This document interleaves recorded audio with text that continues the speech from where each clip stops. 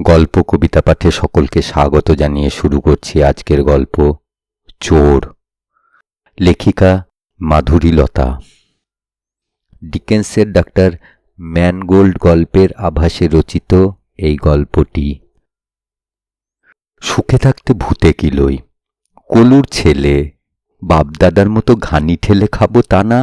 স্কুলের মাস্টার মশাই পাঁচুদা বাবার মাথায় কি খেয়াল ঢুকিয়ে দিলেন, সে একেবারে পণ করে বসল ছেলেকে লেখাপড়া শিখিয়ে ভদ্রলোক করবে। তা বেশ, ভদ্রলোকের ছেলেরা লাঙল ধরতে শিখুক, আর চাষাভুষোর ছেলেগুলো কানে কলম গুজুক। সব উল্টো না হলে আর কলিকাল বলবে কেন? একেবারে একটানা গরুর ল্যাজ মলতে মলতে বাবার মেজাজ হয়েছে একরোখা।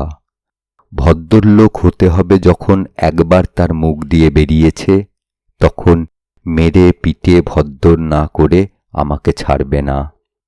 মাস্টারমশাই বিপদটি ঘটালেন, কিন্তু লোকটি খাসা, একেবারে সদাশিব।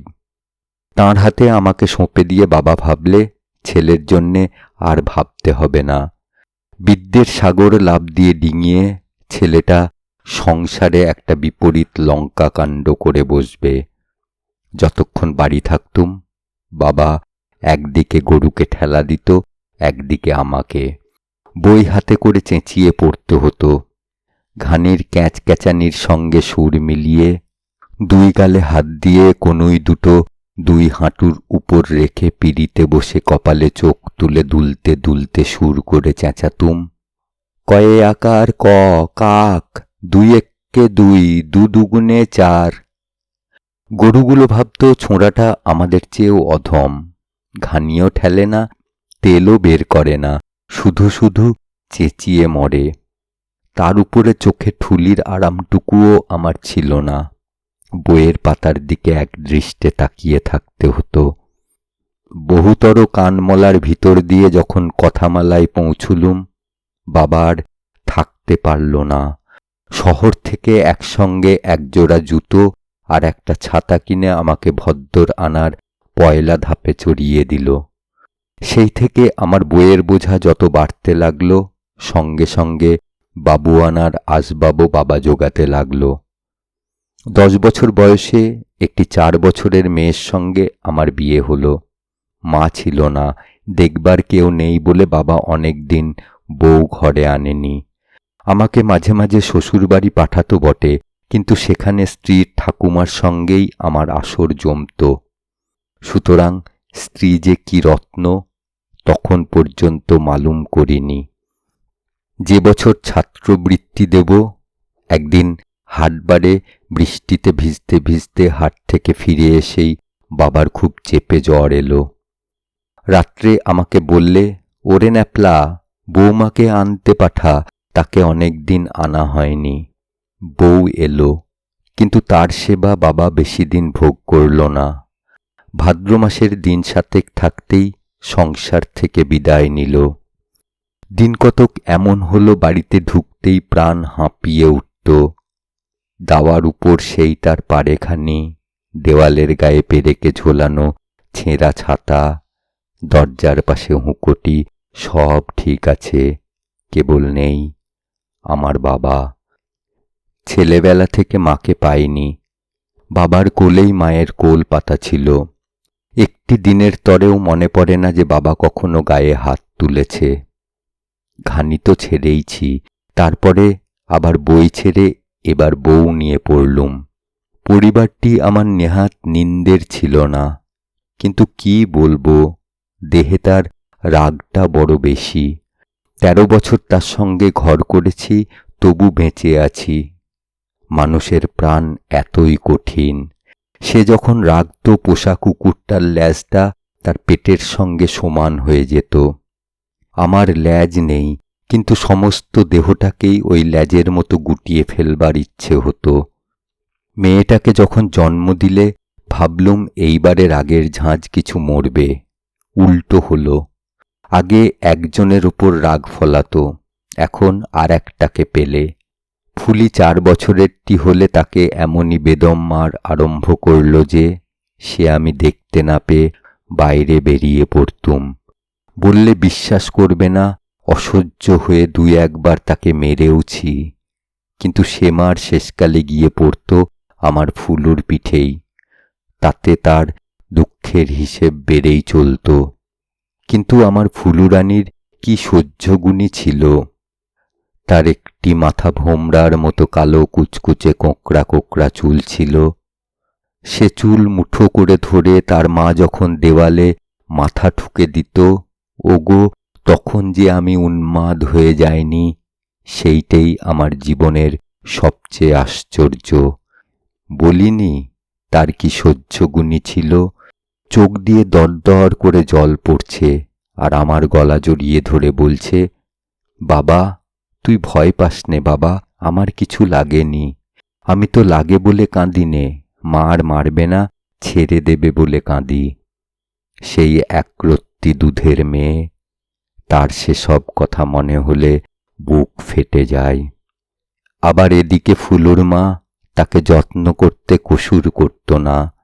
সাজি মাটি দিয়ে তার কাপড় কেচে একেবারে ধবধবে করে রাখত। সে যা যা খেতে ভালোবাসত নিজের হাতে তৈরি করে রেখে দিত। ফুলি কোনো জিনিসের জন্যে আবদার ধরলে সে যেমন করে হোক 7 কোষ তফাতে হেঁটে গিয়েও তাকে জুগিয়ে এনে দিত। কে জানে বাপু মেয়ে মানুষের মন।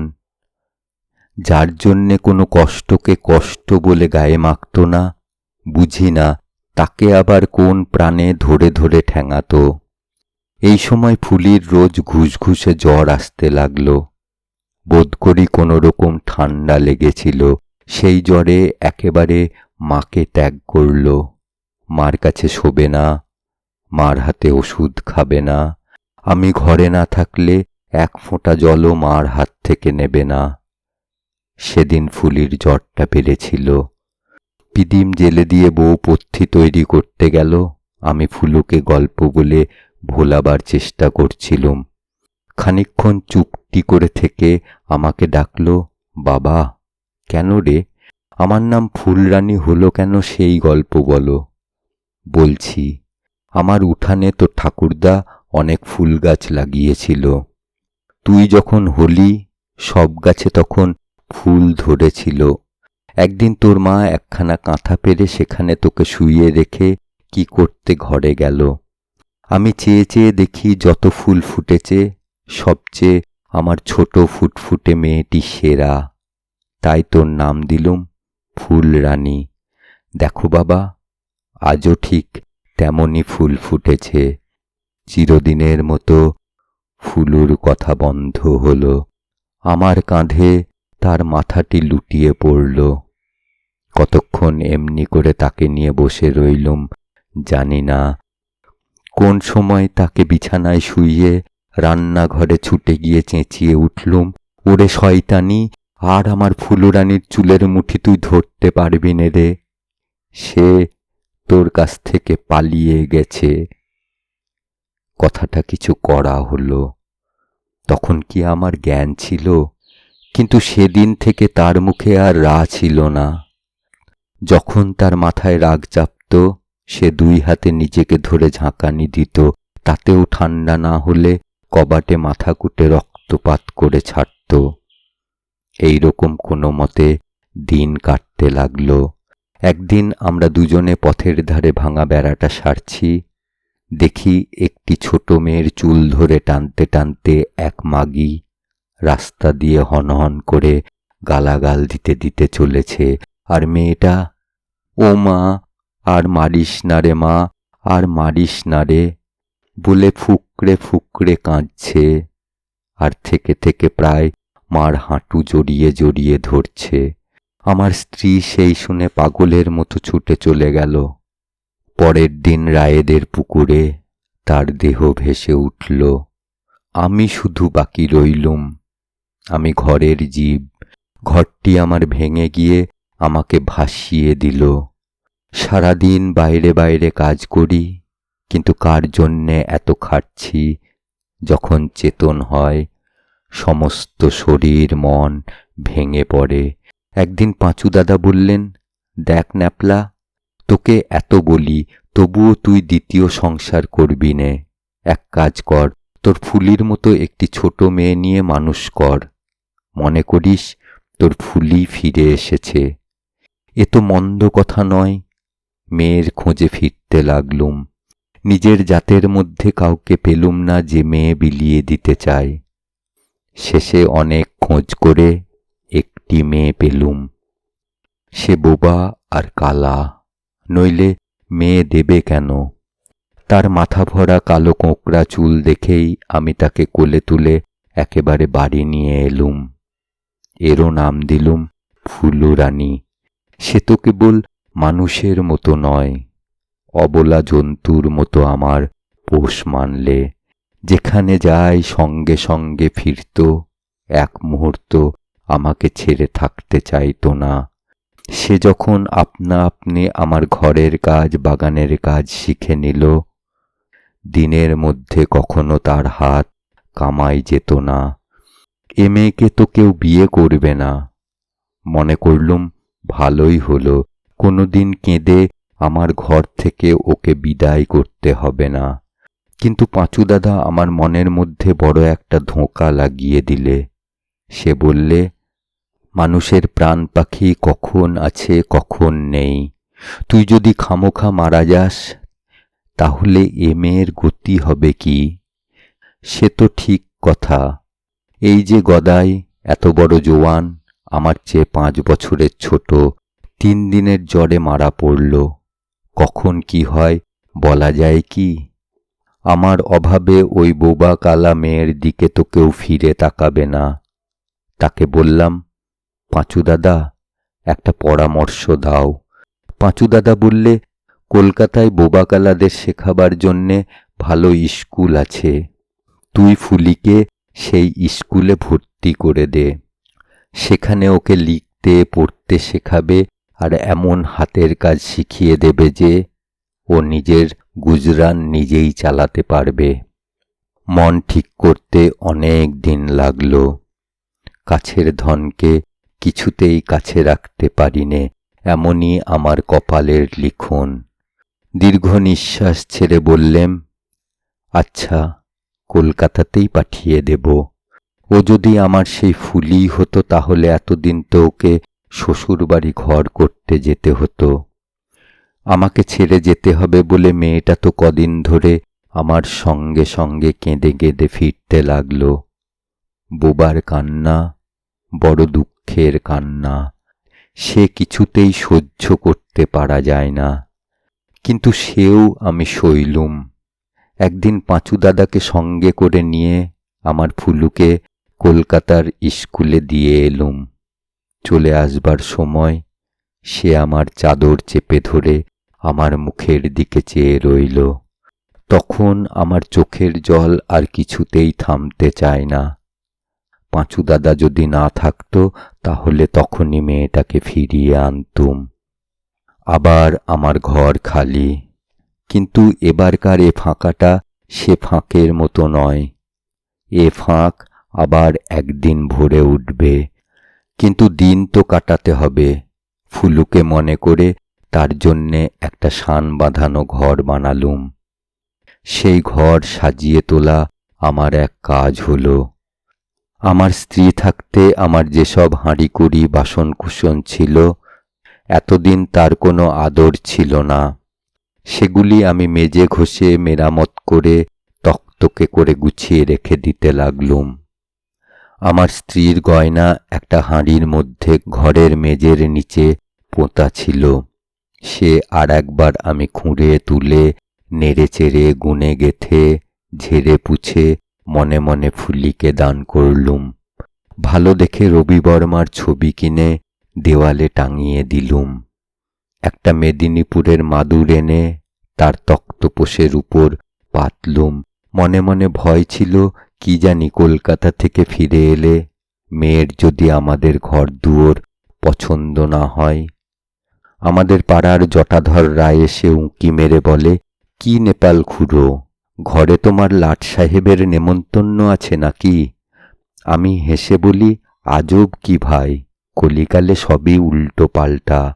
আমাদের বামুনপাড়ার চাটুজ্যেদের ছেলেরা এসে আমার ঘর দেখেও রেগে ফুলতে থাকে। তাদের ভাবখানা এই, দেখেছ একবার, কলুর বেটা অক্ষর লিখতে পড়তে শিখে একেবারে নবাব হয়ে উঠেছে। কোন দিন আমাদের শপের উপর এসেই বা বসে, আমি কথাটি কইনে। এ ঘর যে আমি কার জন্যে সাজাচ্ছি সে তো গাঁয়ের কোনো লোক জানে না। তারা বলে, পিপিরার পাখা উঠে মরিবার তরে। 2 বছর গেল, আমার ফুলরানীর শিক্ষার মেয়াদ শেষ হলো। আমার আকাশ জুড়ে আজ আগমনীর গান বাজছে। তখন পুজোর ছুটির সময়। আমাকে তো প্রতিমা গড়তে হয়নি। আমার ঘরে আমার বোবাকালা মেয়েটির মধ্যে পার্বতী এসেছেন। বামুনপাড়ার চাটুজ্যেদের ঘরে যে প্রতিমা দাঁড়িয়েছে, সে কি আমার এই উমার চেয়ে বেশি কথা কইতে পারে? আমার সব স্বাদ মিটল। আমার মতো হতভাগা যা আশা করতে পারে তার চেয়ে অনেক বেশি সুখে আমাদের দিন যেতে লাগল। কিন্তু কাছের ধনকে দূরে নিয়ে যাবার জন্যেই জগৎ জুড়ে দিনরাত ষড়যন্ত্র চলছে। বিধাতার একটা কোনো পেয়াদা আছে, সে হাতব গাঁথতে দেবে না, সে সুতো ছিঁড়বে। এবার আমার বুকের মানিককে বাইরে ছিনিয়ে নেবার জন্যে কোথা থেকে একটা দূত এসে উপস্থিত হলো। একে কোনোদিন চিনি নে, কিন্তু তবু ঘরের মধ্যে এর পথ আটক করতে পারিনে। বয়স তার অল্প, 25 কি 26 হবে। চোখ দুটো কেমন তার ভাবে ভোলা রকমের, নধর দেহ, গৌরবর্ণ।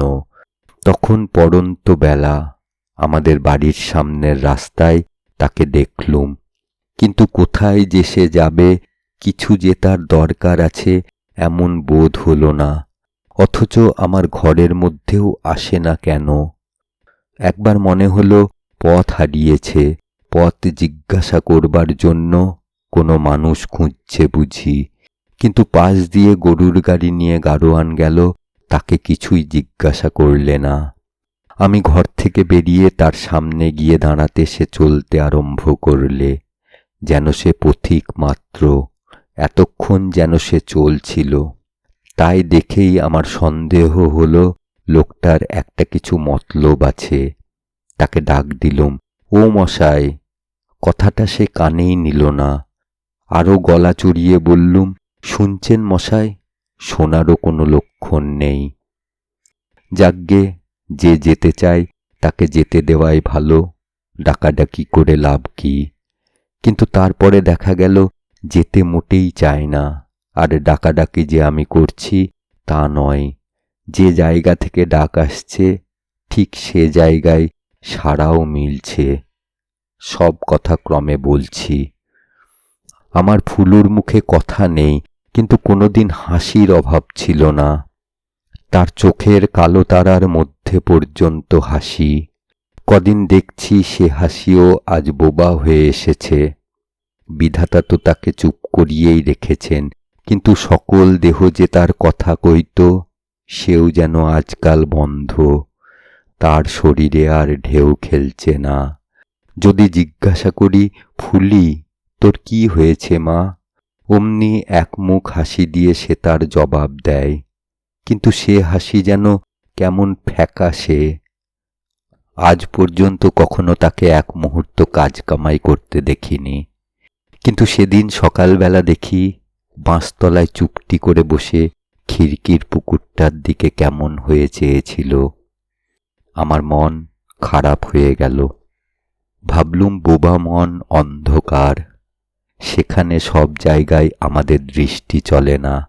বোধহয় পূর্বজন্মকার একটা কোনো দুঃখ সেখানে জমা হয়ে আছে। সেদিন মহাজনদের হিসেব চুকাতে গিয়েছিলুম, ফিরে আসতে সন্ধে হলো।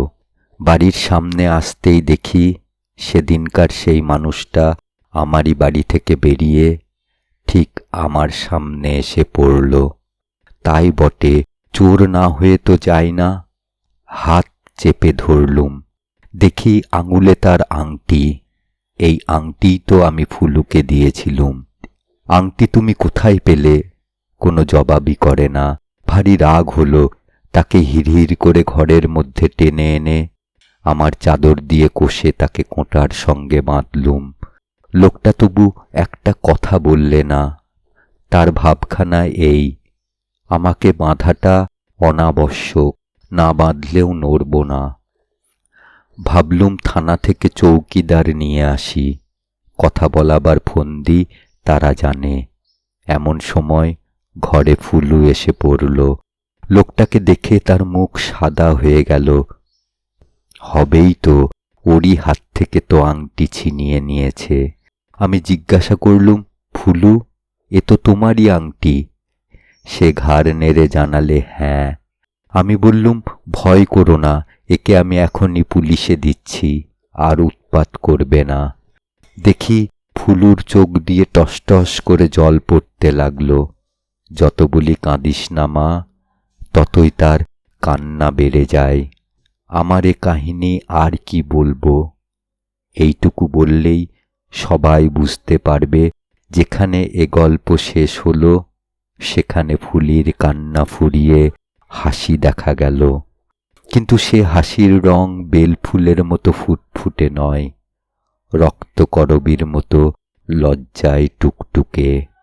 আংটি চুরিটা প্রমাণ হলো না বটে, কিন্তু চুরি করে নিয়ে গেল যার আংটি তাকে, আমার ফুল রানীকে।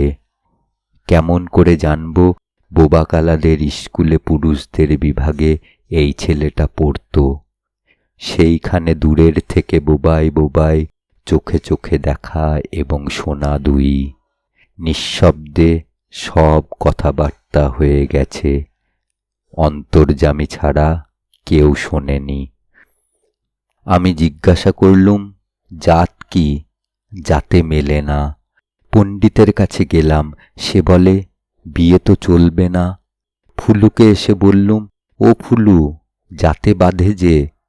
তার মুখ শুকিয়ে এতটুকু হয়ে গেল। সেদিনটা আর কিছু বললুম না। রাতও গেল কেটে। পরের দিন তার চোখ দুটো দেখি ফুলে লাল হয়ে উঠেছে।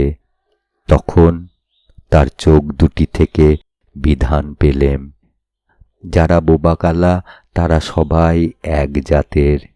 যারা কথা কয় তাদের জাতের আর সীমা সংখ্যা নেই। ছোঁড়াটা সাহেবের বাগানের মালি। আমার ফুলরানী সেই ফুলের দেশে রাজত্ব করতে চলল। তারপর দিন কতক আমি কাঁদলেম। তারপরে ভাবছি, আর যাই হোক, মরতে পারব নিশ্চিন্ত হয়ে।